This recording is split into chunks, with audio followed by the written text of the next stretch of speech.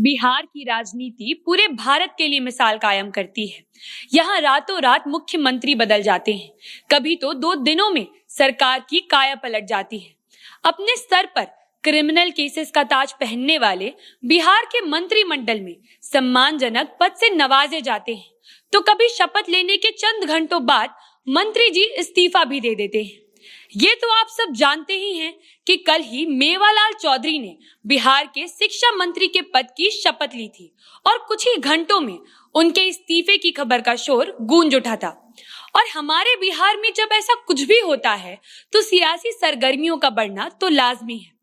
कल विपक्ष दल के नेता मेवालाल चौधरी के शिक्षा मंत्री के रूप में अपॉइंट होने पर नीतीश कुमार के साथ साथ सुशील कुमार मोदी को भी ये कहकर निशाने पर ले रहे थे कि भाजपा वाले जिस मेवालाल चौधरी को कुछ साल पहले ढूंढ रहे थे, उनके मिल जाने पर आज वो मौन है।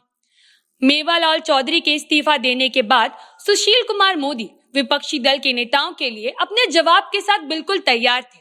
उन्होंने एक ट्वीट किया जिसमें उन्होंने सीधा सीधा नेता प्रतिपक्ष तेजस्वी यादव पर निशाना साधकर उनसे ही इस्तीफे की मांग कर दी। उन्होंने लिखा कि तेजस्वी यादव को भी इस्तीफा दे देना चाहिए, क्योंकि वो भ्रष्टाचार से जुड़े IRCTC घोटाले में न केवल चार्जशीटेड बल्कि जमानत पर हैं।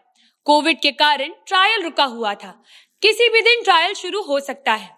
आपको बता दें कि नेता प्रतिपक्ष तेजस्वी यादव ने भी मेवालाल चौधरी के इस्तीफा देने के बाद नीतीश कुमार पर तंज कसते हुए एक ट्वीट में लिखा, मैंने कहा ही था ना कि आप थक चुके हैं, इसीलिए आपके सोचने समझने की शक्ति क्षीण हो चुकी है। जानबूझकर भ्रष्टाचारी को मंत्री बनाया, थू के बावजूद पदभार ग्रहण कराया, घंटे बाद इस्तीफे का नाटक रचाया। आगे उन्होंने नीतीश कुमार को इसका गुनहगार बताते हुए लिखा कि असली गुनहगार आप हैं। आपने मंत्री क्यों बनाया? आपका दोहरापन और नौटंकी अब चलने नहीं दी जाएगी। जब मेवालाल चौधरी जी के शिक्षा मंत्री बनने की खबर सामने आई थी, तब से ही उनके खिलाफ बयानबाजियां तेज हो गई थी। विपक्षी दल के नेता ढूंढ ढूंढ कर उनके अपराधों की गिनती करवा रहे थे और उनके ऊपर किन किन IPC सेक्शंस के तहत आरोप लगे हुए हैं, ये भी डिटेल में बता रहे थे। राजद ने तो अपने ट्वीट में ये तक लिख दिया था कि मेवालाल चौधरी अपनी पत्नी की मौत के मामले में आरोपी हैं। ऐसे बयानों के सामने आने के बाद मेवालाल चौधरी ने शपथ लेने के बाद कहा था कि जो लोग उनके खिलाफ ऐसी बातें कर रहे हैं और ये कह रहे हैं कि वो अपनी पत्नी की मौत के लिए जिम्मेदार है, वो वैसे लोगों के खिलाफ 50 करोड़ का मानहानि का केस करेंगे।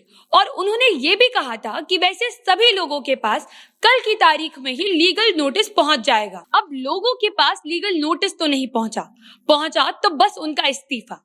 अब देखना यह है कि फिलहाल बिहार कैबिनेट में इस बार की सबसे कंट्रोवर्शियल जिम्मेदारी शिक्षा व्यवस्था किसे सौंपी जाती है। मेवालाल चौधरी के प्रति लोगों का जो रवैया था, उससे हमारी सरकार ये तो समझ ही गई होगी कि इस बार जनता अपने एक एक वोट का हिसाब डे 1 से ही मांगेगी। इस बार सरकार को चुनाव के चंद महीने पहले नहीं, चुनाव के पहले पूरे 5 साल काम करना पड़ेगा। देखने वाली बात ये भी रहेगी कि सुशील कुमार मोदी के इतने सीधे सीधे तेजस्वी यादव से इस्तीफा मांग लेने पर तेजस्वी यादव की क्या प्रतिक्रिया रहती है। इस खबर में इतना ही। आप स्क्रीन पर दिख रही जानकारी की मदद से हमारी टीम तक डोनेशन के रूप में अपना सहयोग पहुंचा सकते हैं। अगर आप हमें फेसबुक पर देख रहे हैं तो जनता जंक्शन के पेज को लाइक और शेयर जरूर करें। अगर आप हमें यूट्यूब पर देख रहे हैं तो चैनल को सब्सक्राइब करें। आप हमारी टीम से इंस्टाग्राम और ट्विटर पर भी जुड़ सकते हैं। इस वीडियो को अंत तक देखने के लिए धन्यवाद। मैं हूं सौम्या राठी, कैमरे के पीछे खड़े अमन शर्मा और आप देख रहे हैं जनता जंक्शन।